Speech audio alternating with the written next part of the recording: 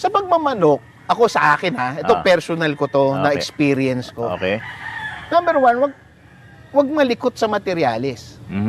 No, number one yun. Hindi ko mo marami kang pera, marami kang pambili, bili ka ng bili.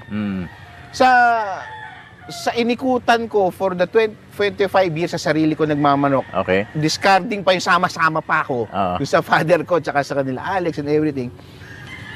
Marami na akong nakausap na mga kuya, mga veterano and everything. Ang kanilang bottom line, ang percentage ng panalo nila, it's the same. Okay. Regardless of what bloodline you have. Okay. Ang kailangan, yung kukunin mong bloodline, yung gusto ng puso mo. I don't hate the other bloodlines. Okay.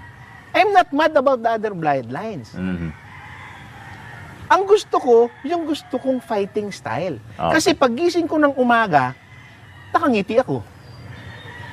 Di ba? Kasi kapag ayaw mo yung binibreed mo, paggising mo, natalo, kasi, pansinin nyo, pag gusto nyo yung bloodline na hawak mo, natalo, hindi.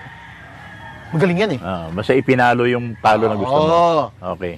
Ang importante kasi is, sa mga baguhan, huwag nyong intindihin yung sasabihin ng ibang tao. Ang intindihin ninyo, yung paggising nyo sa umaga, masarap pagka nagkakape kayo, na nakikita mo yung sarili mong manok. Okay. Tsaka ako, hindi ako nagbe-breed for beauty. Okay. Huwag lang pangit. Yun ang motto ko.